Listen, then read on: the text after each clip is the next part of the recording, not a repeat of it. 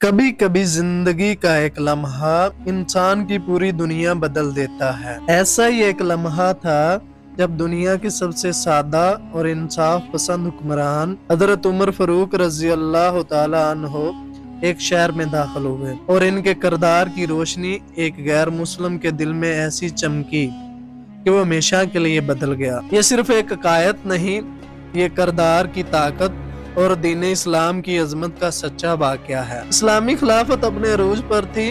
बैतुल मुकद्दस वो मुकद्दस शहर जिसे रूमी सल्तनत ने संभाल रखा था, आखिरकार मुसलमानों के कब्जे में आने वाला था। ईसाइयों ने शर्त रखी कि वो शहर की चाबियां सिर्फ खुद खलीफा के हाथ में देंगे।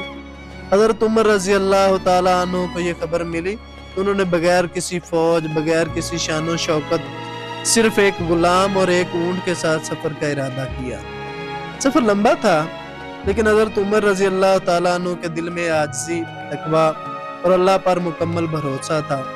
उन्होंने गुलाम के साथ तय किया कि बारी बारी ऊंट पर सवार होंगे। एक वक्त आता है जब शहर के करीब पहुंचते हैं और ऊंट पर सवार होने की बारी गुलाम की और हज़रत उमर पैदल नंगे पांव गर्द-आलूद कपड़ों में बैतुल मुकद्दस में दाखिल होते हैं। जब अहले शहर और रहबों ने देखा कि एक ऊंट पर गुलाम सवार है और एक शख्स जिसके लिबास में ना कोई बादशाही झलक है, ना कोई प्रोटोकॉल, ना हथियार, बल्कि सादगी, आजिज़ी और वकार है, वही शख्स खलीफातुल मुस्लिमीन हजरत उमर रजी अल्लाह तआला अन्हु है। ईसाई रहबों की आंखें हैरत से फैल गईं। एक राहिब बोला, क्या ये वही शख्स है जिसकी सल्तनत मशरक से मगरब तक फैली हुई है? दूसरा बोला, हमने तो रूमी बादशाहों की शान देखी है, ये तो एक फकीर लगता है। राहिब हजरत उमर के करीब आया और सवाल किया, क्या वाकई मुसलमानों की खलीफा हैं?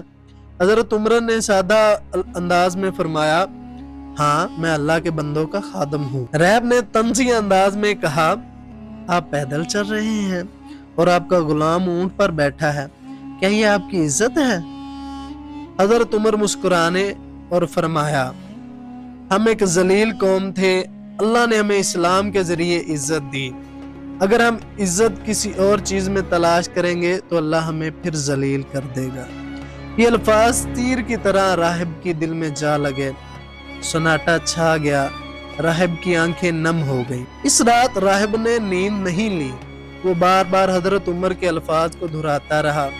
अगले दिन वो दोबारा आया। राहिब ने पूछा, क्या तुम्हारे दीन में वाकई हुक्मरान ऐसे होते हैं? हजरत उमर रजी अल्लाह तआला अन्हु ने फरमाया, हमारे नबी ने हमें सिखाया है कि हुक्मरानी जिम्मेदारी है, फखर नहीं। हम उम्मत की खिदमत के लिए मुंतखब होते हैं, हुक्मरानी के मजे लेने के लिए नहीं। राहिब ने सवाल किया, तुम्हारे दिल को क्या ताकत देती है? हजरत उमर ने जवाब दिया, अल्लाह पर यकीन और क़यामत का खौफ। हजरत उमर ने उसे कुरान की एक आयत सुनाई, अल्लाह के नजदीक सबसे ज्यादा इज्जत वाला वो है जो सबसे ज्यादा परहेजगार है। राहिब की आंखों से आंसू जारी हो गए। उसने कहा, अगर तुम्हारे दीन की ये सच्चाई है, अगर तुम्हारा किरदार तुम्हारी तालीम का अक्स है, तो मैं इस दीन को कबूल करता हूँ। और वही राहिब सबके सामने कलमा पढ़कर मुसलमान हो गया। ये वाकया हमें क्या सिखाता है? इस्लाम की सबसे बड़ी तबलीग जुबान से नहीं, किरदार से होती है।